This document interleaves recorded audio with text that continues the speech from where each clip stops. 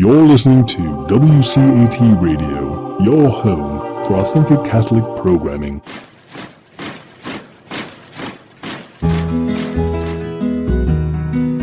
Welcome to the Catholic Mama, where you'll learn how to deepen and defend your faith, find comfort as we share the vocation of parenthood, and learn how to raise your children confidently Catholic. I'm your host, Christine Mooney-Flynn. Let's get started. Hello and welcome back to the Catholic Mama. I'm your host, Christine Mooney-Flynn, and thanks for joining me on today's episode, where I am joined by Dr. Cynthia Toolin-Wilson, who is a professor of theology at Holy Apostles College in Connecticut. She is a writer, a convert to the Catholic faith, and interestingly enough, an abortion survivor, which I'm looking forward to discussing here today on this podcast episode. So that's a very brief introduction. Cynthia, thank you so much for joining me. Thank you for having me. I appreciate it. So would you like me to give you a summary? Yes, go forth. Okay. So I wrote this book, Survivor, a memoir of forgiveness, and I wrote it back in 2015 when I graduated from Albertus Magnus College in the MFA in Writing program. I had joined that specifically to write this memoir. And the memoir is the story of my mother's attempt to abort me in 1949. She tried to chemically abort me. Her father, my grandfather, went to the drugstore and purchased something that would produce an abortion. And my mother took the drug and started to bleed. And she told me, obviously it didn't work, I'm here. But at age 11, she told me that this had happened and that when she started to bleed and knew that she was losing me, she stopped taking the drug because she was afraid that she might die. So at age 11, I, of course, stayed with my mother and the family, but I never felt the same towards them again. Even though at 11 you really don't understand what abortion means in any great detail, it completely changed the feeling I had for my grandfather, who before that I had absolutely adored. It changed my feeling for my mother. I kept thinking my father probably hadn't known about it, so it didn't really change my feelings towards him too much. But I remember describing how I felt as if someone had just turned off the switch on, the electric switch, and the lights had gone out in the room. That is what happened with my feeling for my grandfather and my mother. So that's a very intense feeling to have at such a young age. It is. Do you know what prompted your mom to tell you that at that point? I don't. I've surmised that because my mother and father had such a really terrible marriage, my father was a serial adulterer, and I have estimated that he probably had around 200 women during the marriage. Oh my goodness. So he was a serial adulterer, and she knew this, and she was not happy.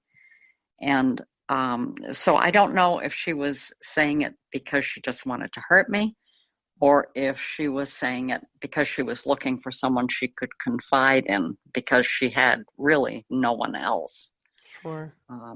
So those are the two solutions I came up with to that question, but I could be entirely wrong. I never did ask her. So, so that kind of changed the relationship permanently. And I went on, went through grammar school, went through high school, graduated from high school, and discovered that my father, in addition to being a serial adulterer, was a liar. So he had told me that he would pay for me to go to college when I was ready. And when the time came, I was graduating from high school. I applied at several colleges. I was accepted, and it turned out that he had drank all the money. So that kind of cut me off from him also. I had some physical defects and emotional defects from the abortion attempt. My face, particularly my face, was somewhat deformed. I think that my lower jaw was way back, and the part of the face underneath the eyes was kind of puffy. Swollen. It looked swollen, but it was just malformed. I needed what I would call facial reconstruction. And the orthodontist that I had at the time, trying to fix my mouth and my lower jaw, said that I actually was the worst case that he had ever seen, and he wanted to take pictures and publish it in a journal, to show how I was fixed, I guess would be the word. How old were you at that point? I was 30. Later? I was 38. Okay. Yeah, because I had to pay for it. So my parents didn't. But like my left eye kind of wanders around, and I jokingly say that it wanders so far that I don't know why it doesn't hit my right eye. And the joints on the left side of my body are smaller than the joints on the right side. And I was almost born with spinal bifida, but was not. I had a doctor tell me that it was very close. So I had physical defects, which overall, other than not being very attractive, haven't impacted me that much. But, it left me with a lot of emotional scars because I really didn't feel secure when I was a child. Of course, I wouldn't have had that language when I was a child, but I didn't feel very secure. So that has followed me throughout much of my life. Sure. Yeah, that's very understandable. Mm-hmm.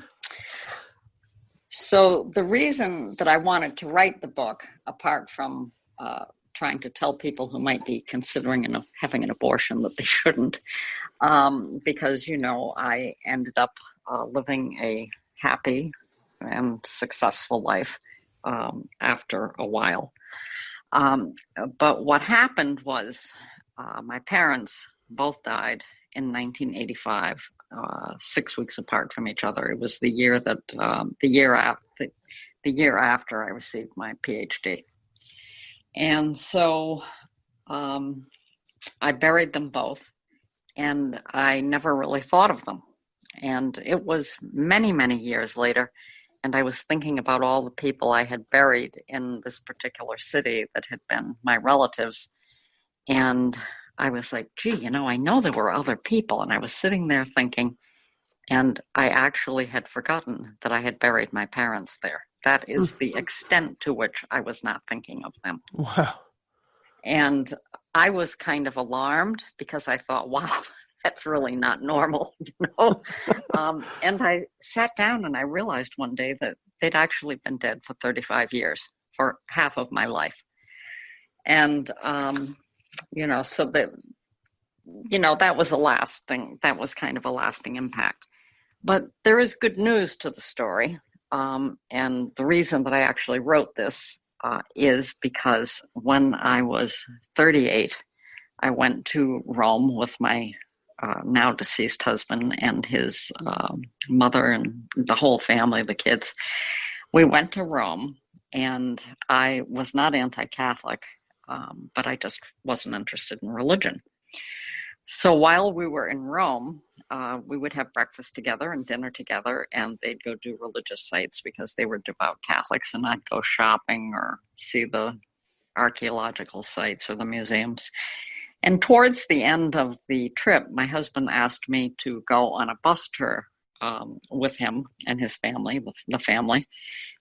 And I said, well, we're already eating breakfast and dinner together. But he did ask again. So I said, okay, if you can find a bus tour that doesn't have anything religious on it, I will go. So I got on the bus, and it was Italy in August, and there was only one religious site on the whole thing. And I said, I just won't go in. I just didn't have any interest. So we parked outside of the catacombs, which was the one site. And I realized that there was no air conditioning on the bus in, a very hot summer in Italy. And there was no bathroom. And that later I realized that told me that God has a great sense of humor. So anyway, I got off of the bus and I went into the catacombs. It was cool in there. I walked by some people having mass and I thought, that's weird. It's not Sunday. Why are they having mass? Went to the bathroom and I thought, well, it is cool in here. So I'm just going to join the group and stay cool. So I caught up. I was like the last person in the line, and the tour guide, you have to have a tour guide in the catacombs so you don't wander off and get lost. The tour guide was a Roman Catholic priest in a cassock, although at the time I didn't know that was what it would be called. And he was talking, and I know that he said some things about the history of the catacombs, something about the martyrs, but I really didn't have, I don't have recall of everything he said or really even of the sense of it. But while I was standing there, I had this almost like ticker tape go through my brain, and I saw the words in my head, "The truth is in the Catholic Church," and truth was capitalized. Now, I had no idea at that time what that would mean, and I knew immediately that I did not imagine that, because there's no way in the world that something like that would ever go through my mind. Yeah, especially somebody who's in Italy who doesn't want anything to do with the religious part. Yeah. Right. So I'd say within 5 minutes or so, or 5 seconds or so, I decided that I had to convert. Wow. So, which was dramatic. And I came back to the United States. We left the next day. And when we got home, I said to my husband, I want you to call your parish priest because I'm going to convert. And he laughed because he thought I was joking. And I said, no, I'm serious. And so I did convert. And that actually was the most significant thing that has ever happened to me in my life. Among other things, I finally was able, not immediately, but I was finally able to move towards forgiving my parents. And eventually I got to the point where I had more understanding about what my mother had gone through. And, I have no idea why my father acted the way he did, unless he was a sexaholic. But I know that the dynamics between them was what led her more or less in desperation to have an abortion, or try to have an abortion, to try to do this chemically. So over a period of, it took years, but I was finally able to forgive them and to pray for them. And I went on to become a Roman Catholic theologian. I am a full professor of dogmatic and moral theology here at Holy Apostles. I teach online now, not in the classroom. And I'm the chief academic officer here. So you're all in. I'm all in. And have you been back to Italy since? I was there when my husband and I went to Oberammergau for the Passion Play, and we were in Italy for a short period of time. Okay. Obviously, the difference was traumatic. But so that basically is the reason for writing the book. It's not just to tell about the abortion attempt or even the conversion, but it's to tell people that, you can have a really rotten beginning in life. And I did. Not only, from a very poor family, but, you can start off with all kinds of physical and mental defects. You can have to struggle to go to college. And, you can do those things and you can have an okay life. using human resources, your own human resources. But when you accept Christ, everything changes. And that's the message I want people to have, because it isn't enough. I was a doctor when I converted. I was successful, but I wasn't happy inside, even though I loved my family, but there was something unsettled, something that had never been fixed. And once I converted, once I accepted Christ, once I accepted the Trinity and all that goes along with our religion, then I was able to forgive, and even to forgive myself for the terrible way that I had felt about my parents, because of what had occurred. So the message and the whole reason for going to Albertus was to get that message out. Life can really be terrible. You can stand up and pull yourself up by your own bootstraps. But until you go that extra mile and, accept Christ, then you're never going to have peace. Yeah, that's very powerful, because, I am a convert as well, and I just converted over the past couple of years after a lifetime of being pretty anti-religious, but very new agey, so blah, blah, blah. Oh, okay. That's just I don't know. It was all, a waste of time, whatever. But I accumulated, I had a fine childhood. I came from a very loving, stable home. No complaints there, but I had still accumulated a lot of anger and, I can't think of the word right now. My brain's fogging over. I just things, grudges. That's the word I'm thinking. Yes, grudges. yes. But things like that, I just couldn't forgive, and they were on such a small scale. And after accepting Jesus Christ and coming into the church, there was no way that I could hold on to any of that. I remember one day when I really started praying the rosary, I was getting into the sorrowful mysteries, and it felt like all the grudges I was holding and the anger that I had and how quick my temper, my goodness, it felt like I was the one holding the whip that was striking Jesus. And I remember the tears pouring down my face, but it was very freeing at that point as well, knowing that I had no business being this angry. Just let it go. And if I can do that for the little instances in my life, that's amazing to hear that even on a grand scale. Because you read your memoir, and my goodness, there's a lot of dysfunction and a lot of badness that was there. Oh yeah. Yep. And yet you were able to find that peace and forgiveness. It's amazing. It is. You're right. It is. And I'm thankful for that every day. And I think that it's important for people to see, to really see what God can do in your life. It's, things that I never would have thought that I could get past. I'm sure with the number of women that my father had before there was such a thing as effective birth control. Obviously, I'm anti-birth control, but being realistic, there are people who use it. And I'm sure my father did, although it wasn't effective at that time. And it's like, I know there have to be relatives out there. There's no way that a man can have that many women and not one slip up, So I'm thinking I probably somewhere have a brother or a sister or maybe many. Yeah. It could be that this happened early on in his life, and the people that were born so much earlier before me are already dead. But, there's two things. When I die, I'll know that. If they attain heaven and I attain heaven, I'll meet them. So that's enormous. And I also, one of the things I had to forgive myself for, and I'm very open about that, is that I had used artificial means of birth control.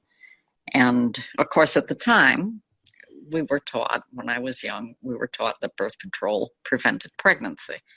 We didn't know, the majority of us had no idea that they were also abortifacients. Sure. And, so it's conceivable that I, through using birth control, was pregnant at times and lost babies, didn't know it, lost the embryos. again, that was unintentional, but it could have cost somebody their life. And so when I go to heaven, I will potentially meet children that I didn't know I had. So it's pretty mind-blowing to think about all that. Oh, I know. It's like when you take that step, it's like you really don't have any idea of where it's going to take you. Sure. But it's amazing. Did you wind up in this whole process of forgiveness of yourself and your family? Was the sacrament of reconciliation, did that figure heavily in there for you? Oh, yes. There's no question of that. But it was also, and the Eucharist, frequent reception of the Eucharist, going to reconciliation. But it's also, it takes time. Even when you see, gee, I shouldn't have done that to my mother, or I shouldn't have done that to my father, or I shouldn't have allowed her mistake of saying that to me. And I mean, I don't think it was a mistake on her part. I think it was done deliberately, but to give her the benefit of the doubt, maybe she slipped, and, it wasn't right of me to hold that against her for the rest of our combined lives. But it takes time too, because those things leave scars. God heals the scars. He really does. But it's not something that, I know he could heal them overnight, but I don't think that's usually the way it occurs. Grow in virtue, otherwise, with the long game. Yeah. And I mean, it's even the things, if people are struggling, they may struggle their entire lives, but we can know that our God is the one that at least he wipes away all tears in the eternal life as well. Yes. I gotta say, there's times, in my own journey to the faith and healing, I've gone to confession. My husband likes to joke because he was baptized as a baby in the Catholic faith, but then fell away. But I didn't get baptized until I was 32. So I was like, I got baptized. I didn't have to worry about confession for that many years. I got wiped clean. But even still, I still felt, I wound up going into confession. I think a week later, just because I still had things weighing on me from those prior years. But it just, even now, even though I've confessed things that they still gnaw on me sometimes, and I have to remind myself of God's love and his forgiveness and the fact that he has I've gone to confession, he's forgiven all these things. But they do leave a mark. Thankfully it's not an indelible marking on our souls like baptism. But they can take a long time.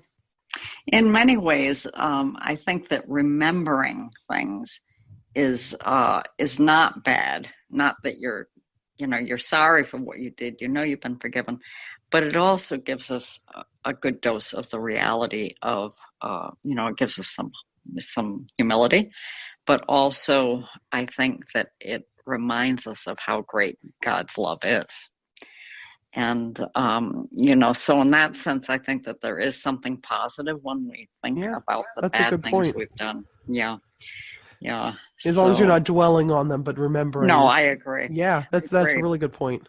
And I think also in the case of my mother, I often say, and I think people can misunderstand it easily, but I say forgive, but don't forget. And the reason I say that is if you forget, you need to remember what happened so that you can figure out why things happened.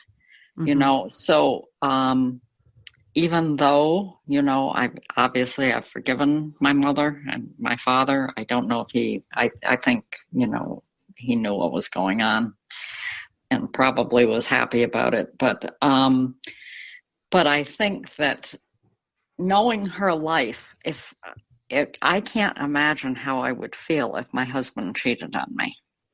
And I can't imagine how I'd feel if he cheated on me all the time. So if you're a woman in that time when you couldn't really do anything about it, you couldn't get a job, you couldn't take care of yourself, you knew that your husband was cheating. I mean, I can understand at some level her desperation, which I couldn't understand when she told me the story. So being able Yeah, to even at that remember age, I mean, that yes, perspective that right, comes with age. right, right. So that's, so not forgetting in many ways, in my case, did good. I'm not saying it would do that for everybody, but it did enable me to think. I mean, she must have been heartbroken. Oh, yeah, Yeah. So absolutely. Yeah, so how culpable was she really morally yeah, to, to yeah, make this in her right mind, yeah. these kind of I agree. decisions? Yeah. Mm-hmm, mm-hmm. Yeah. Well, so the book right now is finished. We're just waiting to We're send it out just into the world, right? we're trying to find a publisher. Well, I guess it was the writing, and that's awesome that you went and you did your MFA specifically for this. I mean, the writing is so poignant. I mean, I was reading, I was like, wow, yeah, holy moly, it's great. It's great writing, and I really Thank I you. hope this. I am sure that it'll make its way out because it is. You're right. Forgiveness, God's forgiveness, is such an important thing that, especially, I think. Over the years, we start to accumulate a lot of things, and it's hard for us to imagine that anybody could forgive us completely 100% when we have such a hard time forgiving others.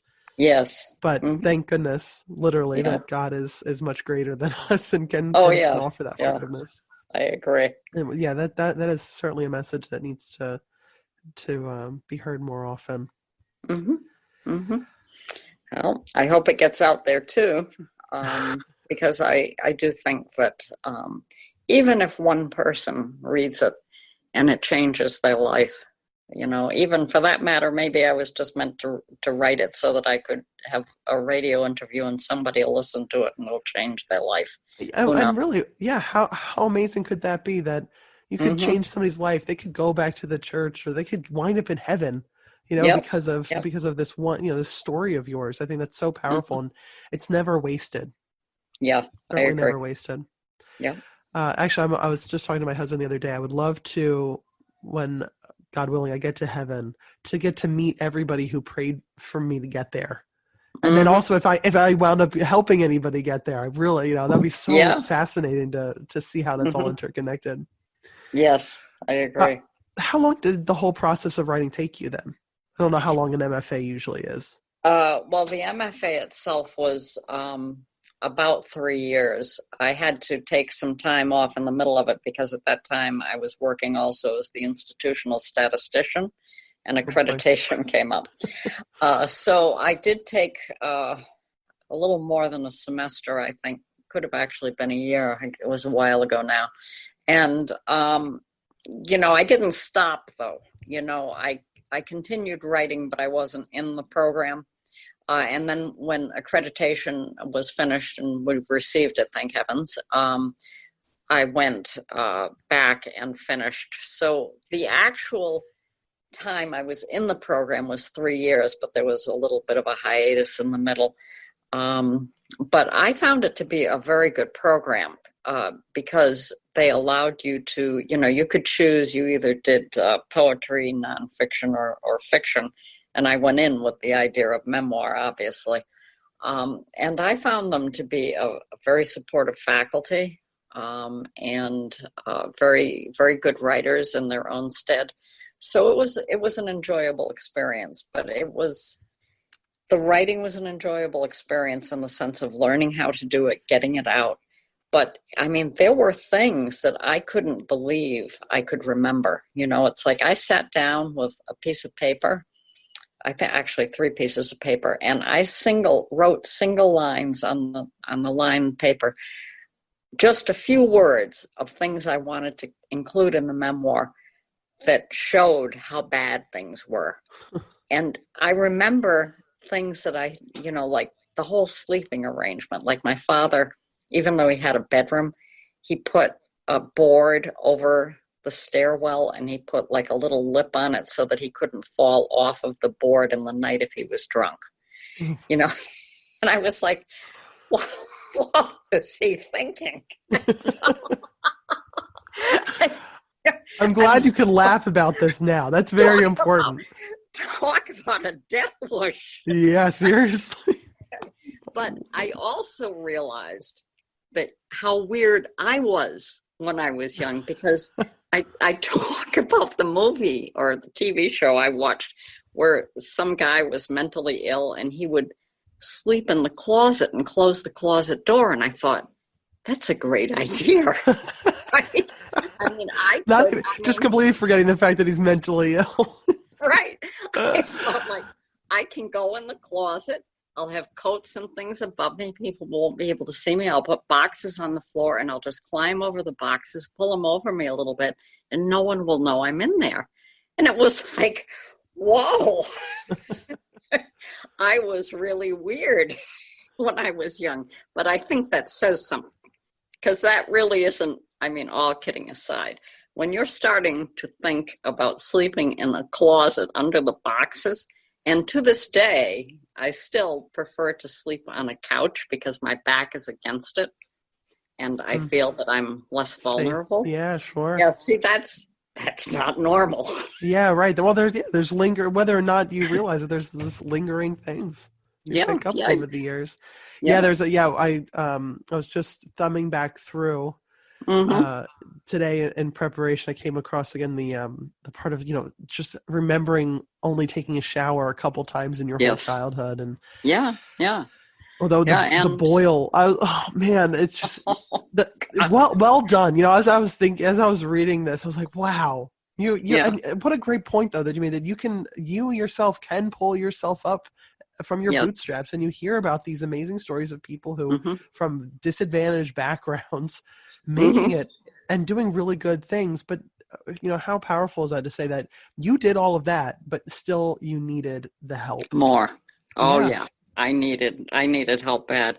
And there is no question of that. Like I mentioned also in the book that I had taken 2 showers when I was a child, and one of them, of course, ended in some sexual abuse. And then the weirdness of thinking about washing my hair twice a year. So I look back at that, and it's like, I don't understand why no one ever called the police. It's like, didn't neighbors see what was going on? Apparently not, or they didn't care. But it's like, so you look back and it's like, wow, I'm lucky I lived. I'm lucky I lived through the abortion attempt, and I'm lucky I lived to be an adult. So it was... You've lived to tell this story. Yeah. And to live a good life and come to the Catholic Church. There's a happy ending, That's awesome. There's a very happy ending. That is the beautiful thing about our faith, is that there is a happy ending. There is. So long as you're part of the church, there's something very good there. Whether we get it in this life or the next, and hopefully we start in this life having that happiness. Yeah. So, where is the best place that people can find you and keep up with your works and your writings? And when this book comes out, where should we send forth these people? Well, now I have a website, Cynthia Toolin-Wilson. Boy, I can't say my name. Cynthia Toolin-Wilson.com. I also just published with Sebastian Mahfoud en route the Story of Holy Apostles, which is written with another professor who actually was one of my teachers at Albertus. He's a devout Catholic. Yep. So Bob Hubbard and I wrote the Story of Holy Apostles, going all the way back to the 1950s. It's kind of like in yearbook format, but over 60 or so years. So that's available. But the book itself, it'll take some more time to find a publisher. And but I do post not as regularly as I should, because I do work and I'm married. You got things to do. I do. I have a life. I have a happy life. That's wonderful. But I do post on my website on occasion, and I do have email there also that people can reach me at. Great. That's wonderful. Yeah, it's funny when you're just, and I will put for anybody listening, I will put the link directly into the show notes so that you can, get in touch with Cynthia there. No need to jot it down now or try to remember it. But I was just chuckling when you tripped up over your name. I hyphenated my name. And I am kicking myself for doing that because I trip up over it all the time. And then I can't remember. I never like told, every bank account that I changed my name because I didn't feel like sending them a copy of my marriage certificate. So my name is different across everywhere, and I just get so confused. And I really, now looking back, one name would have been enough, but here we are. Yeah, I actually did that. My husband died. We were married the better part of 35 years, and he died of, we were together, between dating and being married. We were together 35 years, and he died of esophageal cancer.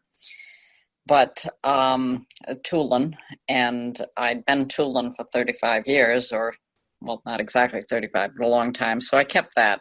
And then the four of us in a campground had been friends, my husband, Jimmy, and I, and Bill Wilson and his wife, Bertha.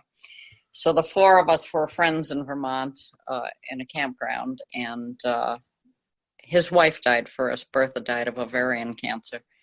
And then Jimmy died of esophageal cancer, and Bill and I had known each other for 10 years, so we eventually married. So I wanted to have his name, Wilson, but I didn't want to give up Toolin because so that's why it's that makes sense. That makes much more sense than what I did. That was actually, I wound up doing it. My husband was like, "No, I want you to have my last name." Well, it turns out that he was kind of joking, and I didn't know. So I go through this whole process of sitting down at the Social Security office, getting my name changed. Well, I can't go back because it took hours. I'm not going to do it. Yeah. Oh, well. Young and crazy. No. Yeah.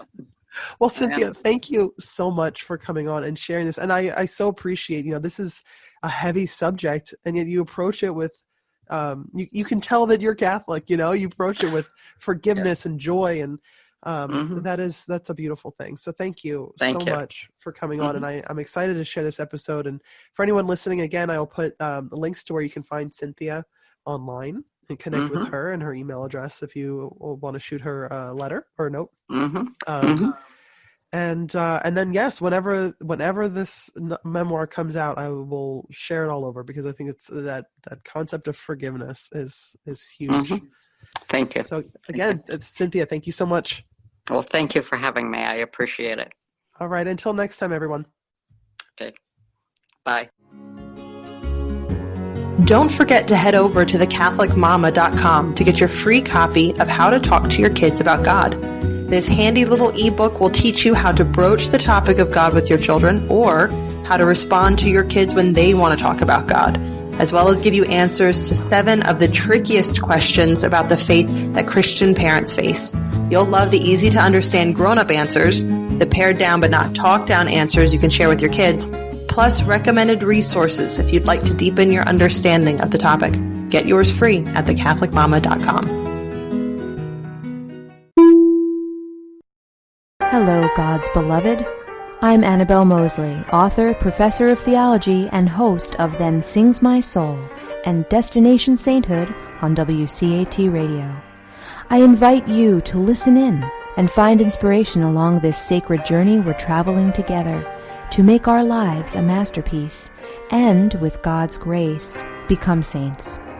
Join me, Annabelle Mosley, for Then Sings My Soul and Destination Sainthood on WCAT Radio. God bless you. Remember, you're never alone. God is always with you.